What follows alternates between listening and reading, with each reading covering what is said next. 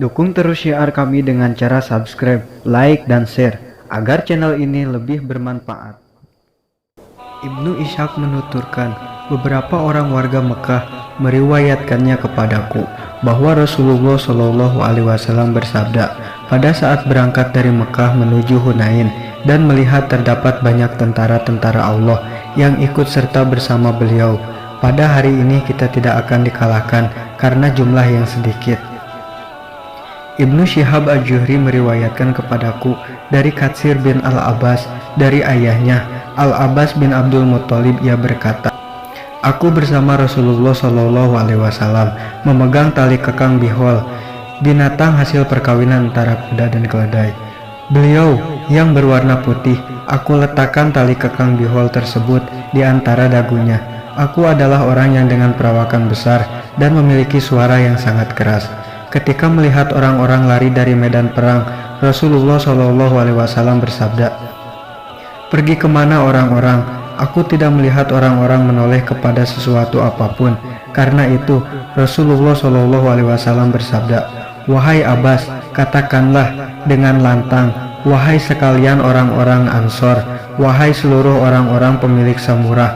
Mereka menjawab, labaika, labaika, kami memenuhi panggilanmu. Kemudian ada seorang yang berusaha untuk membelokkan untanya, namun ia tidak kuasa. Kemudian ia memakai baju besinya dan melemparkan dirinya dari atas unta. Lalu ia mengambil pedang dan tameng, kemudian berjalan tanpa mengendarai untanya menuju suaraku hingga ia tiba di sisi Rasulullah Shallallahu Alaihi Wasallam.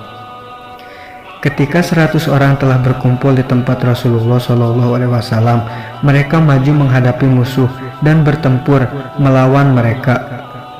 Panggilan pertama dikumandangkan kepada orang Ansor, hai orang-orang Ansor.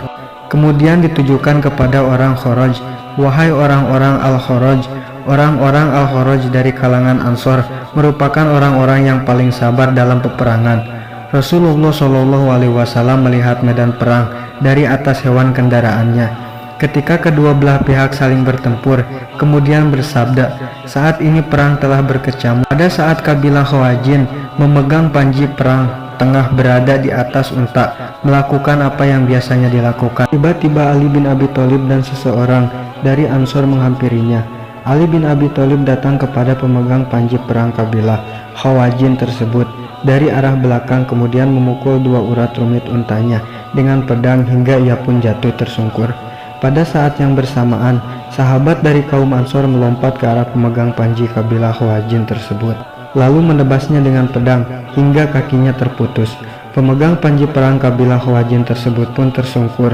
Kedua belah pihak terus bertempur. Demi Allah, para sahabat yang semula lari, kini mereka melihat para tawanan dalam keadaan terikat berada di samping Rasulullah Shallallahu Alaihi Wasallam.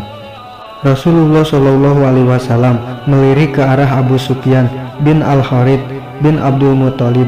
Ia termasuk salah seorang yang bersabar bersama beliau di perang tersebut.